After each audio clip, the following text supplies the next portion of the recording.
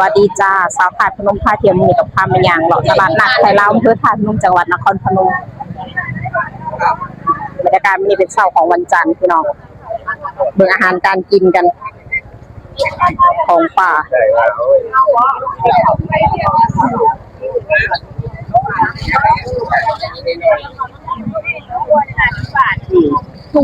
หอยเชอรี่ปลาโลดปลาเสื่อมจะขีดบนได้จะขีดจะขีดบาทจะขีด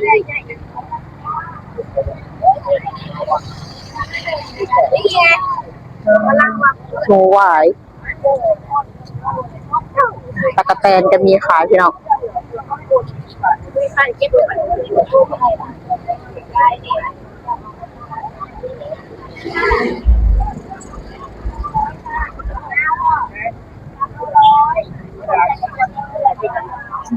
ซีรีส์ตัวละ7 บาท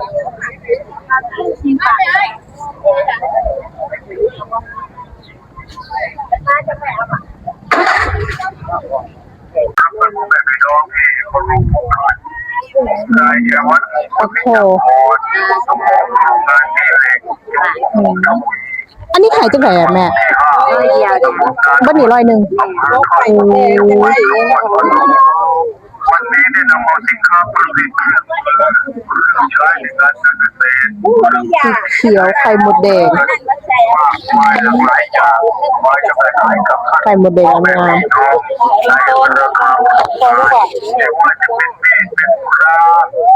มซอนของละ50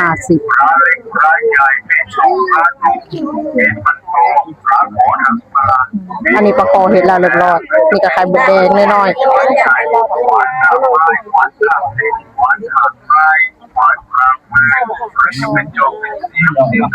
มากเพื่อตัว10 บาท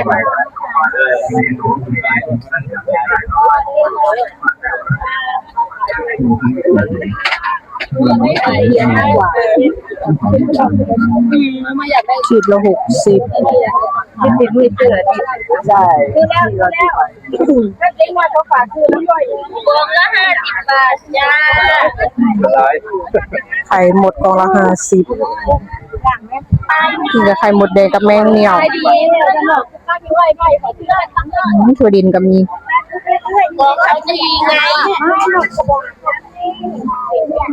โลจักบาทเอ้ยโลละ35 3โล3โลร้อย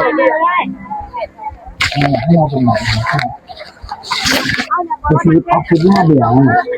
นี่ก็ไข่มดแดงกล่องละ50กล่องละ50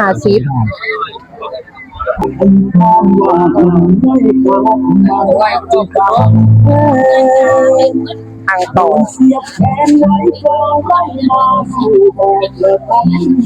แมงไข่แมงเคียง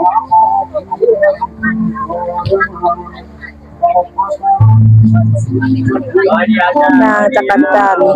ไข่โอ้ลูกพวกจานจักบาทอ่ะแม่โอ้จานละ50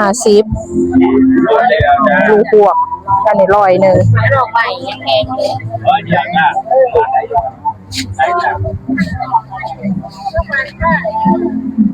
มะเขือ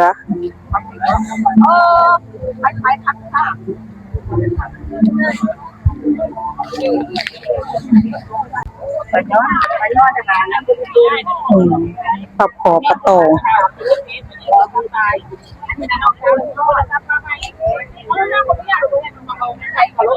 นี่เป็นเจ้ารถได้เลยวะตัวมันขึ้นจากหน้าตัวขนาดเป็นบ้าวะตัวกันเลยวะเนี่ยไม่พึ่งไปคอมาเขาคอไม่ตู้แล้วของเราเนี่ยนะครับโดดจะไปไม่ได้ไปกับเลยปลาแก้วกองละ20ตานี่โลละ70 บาทล้านคุณแม่ใช่ปลาดุกปลาคอ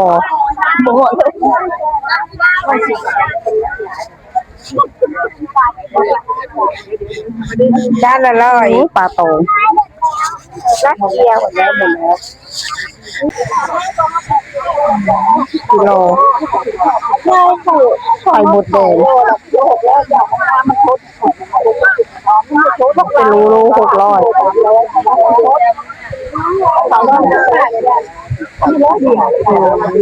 อันนี้จานละ100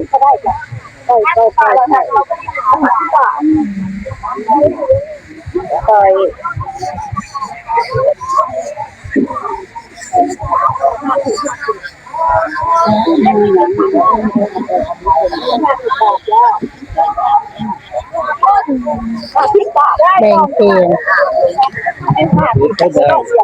เฮ้ยเดี๋ยวเถอะยางของ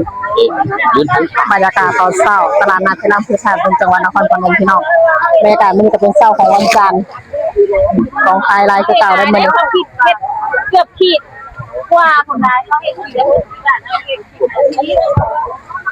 น้ำผึ้งไข่หมดแดงร้ายขนาดชวน ไข่มดแล้วจ้าไข่มดสวยจ้าใหญ่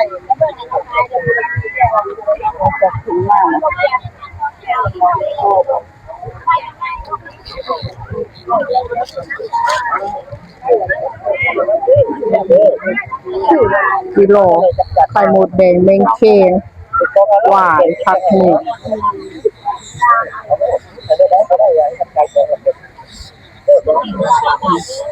ของกินอีสานพื้นบ้านบ้านเฮาช่วงนี้ไข่มดแดงออกหลายพี่น้องงามนางจักรจันทร์ ว่าคือใหญ่ดิ ดูเขาหลักเลยที่ร้อยจะดมมือก็ ผักหวานกองละ20 บาทกองใหญ่ๆ กิ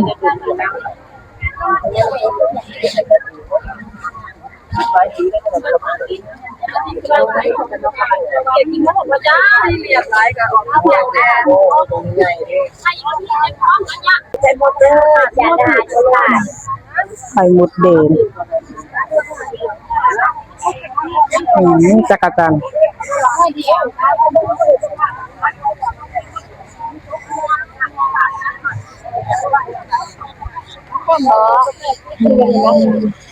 ลายขนาดโซนไข่มดแดงจักรจันทร์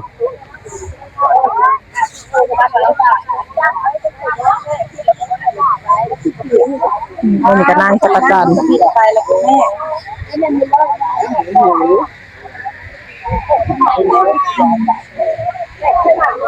เ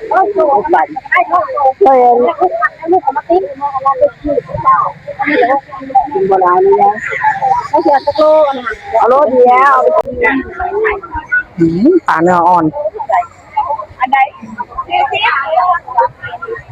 งามเลย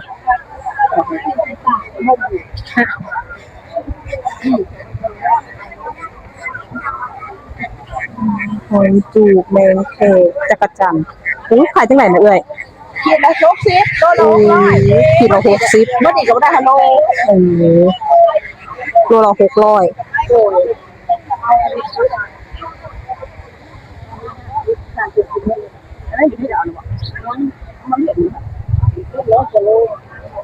เห็ดฟางร้านนี้ขายแหนมข้าวรามข้าวหนมร้านเลย ออกมาลูกนะ ใส่หมดเลยจานจักบาทนะจานจักบาท จานละ100เจ๊ จานละ100 นี่300เด้อ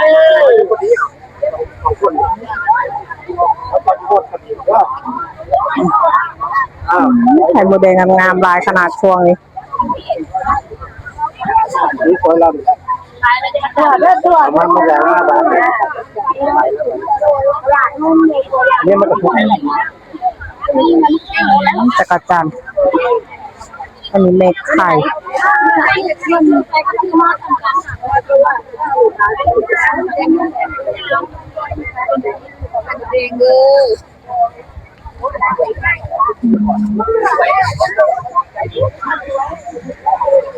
เดี๋ยวจะให้น้องไป บรรยากาศตอนเช้าตลาดนัดไทยรัฐพุทธาพนมจังหวัดนครพนมพี่น้องคนร้ายขนาดเลยค่ะมื้อนี้ บรรยากาศของเสาร์วันจันทร์ของกิน ใส่ถุง บ้านเฮา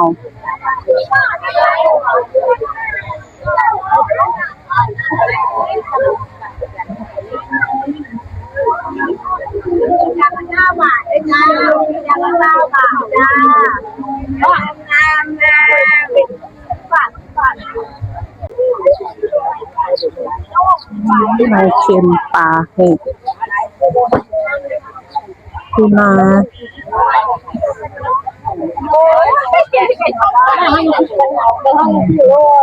ไข่หมูแดงเมงเคียงกุ้งเต้นลาน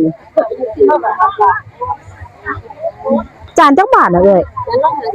โอ้150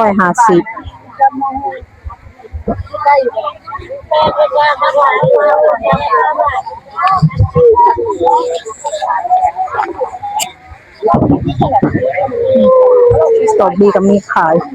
นี่ละ60จ้าที่รอร้ายขนาดเลยทีละ60 บาทมือ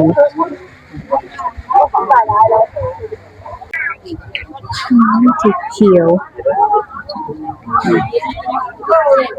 เดือน400 แมงแคงไข่มดแดง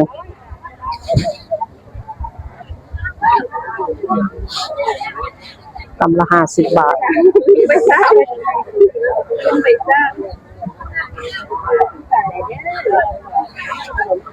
ไข่มดแดงลายขนาดในช่วงนี้งามๆกล่องละ50 บาทจักตัว 100 โตจ้ะ เอาตัวละบาท นี่ค่ะ เขาขายเป็น หอยจุก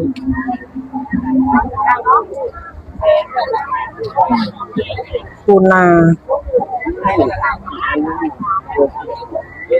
เขียดก็มี เขาอยู่บ้านเจ้านั่ง ไก่หมูแดงงอไหม้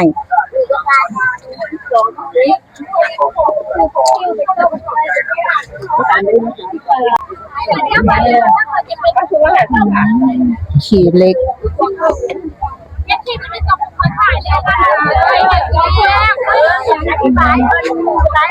เขียดเป็นเขียดแห้งพี่น้อง ร้านของแฟนชื่อดังในนคร ไข่หมูแดงงาม ลูกตะโกนของมหาวิทยาลัยมาที่เขาเขาบอกว่า ๆหวานตัดกระเตน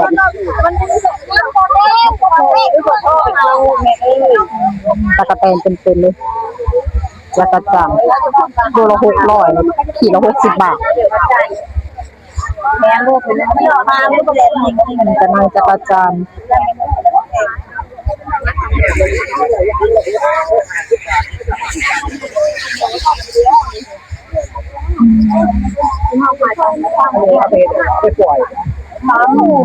ไข่หมดแดง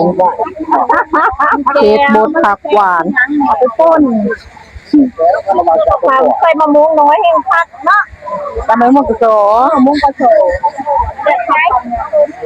หมดสอ ของเล่านี่นะก็ย้ายมาดิยังเป็นอยู่เลยค่ะ อ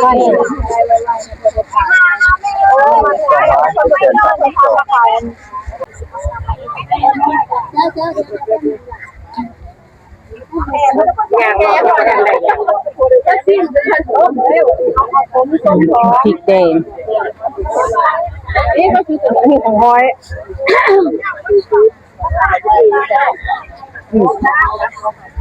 โดได้ตลอดนี่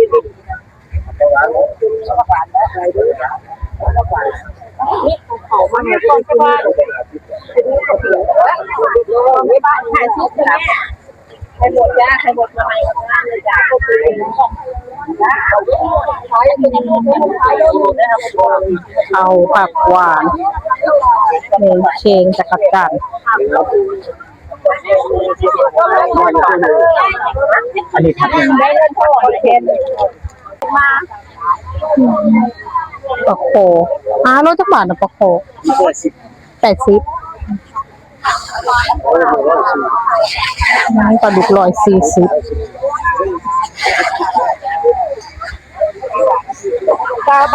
บาทจ้า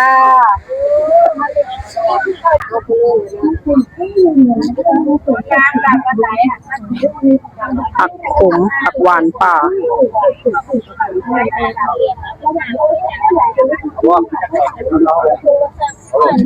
หอยหมูหวายหมูของปลาก็มีขายพี่น้อง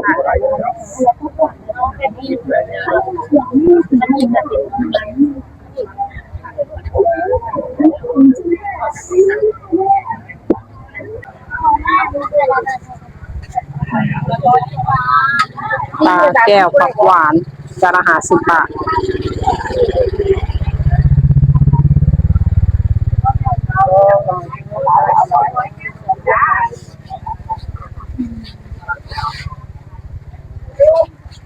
จานละ20 บาทหอยเดือร้านอะไรมาแซ่บเอามาแซ่บว่ามาถุงละ100จะอันนี้จานละ100ปลาบุกพี่น้อง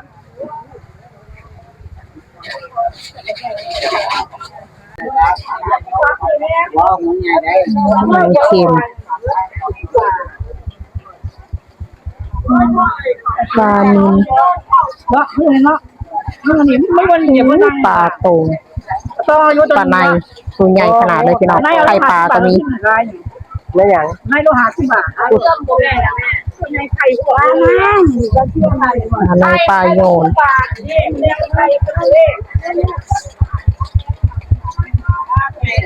บรรยากาศตอนเช้าค่ะตลาดนัดพลังพืชทาสพนมจังหวัดนครพนมพี่น้อง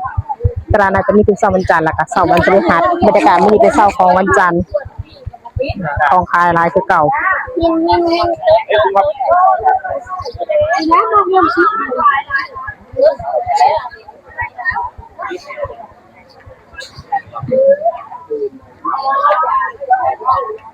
คุณนา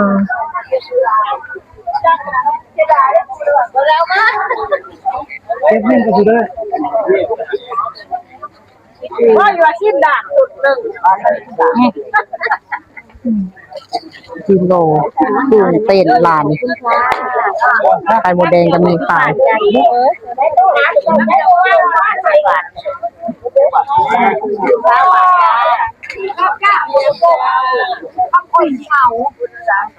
เอาเห็นเห็นว่า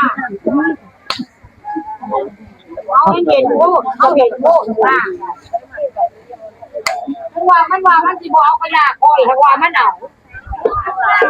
มันคอยไล่เอา2 เทื่อเดี๋ยวคืนมาลูกพวกจานจักบาทลูกพวกอ่ะโอ้จานละ50เอาเชียงค่ะป้าไข่มดแดงที่ว่าอยู่สายก็อยู่นี่อันใดค่ะพวกที่ว่าได้ไหนสักคนเฮาน่ะมันรุ่นใดจากได้เก่งบ่ตัวอันนี้เขาแปลว่าเอาตัวหน้าภาษานี่คนลาดน้องคนลาดปลาในไข่เต็มท้องเลยนี่คนลาดกบมาเลยมาเท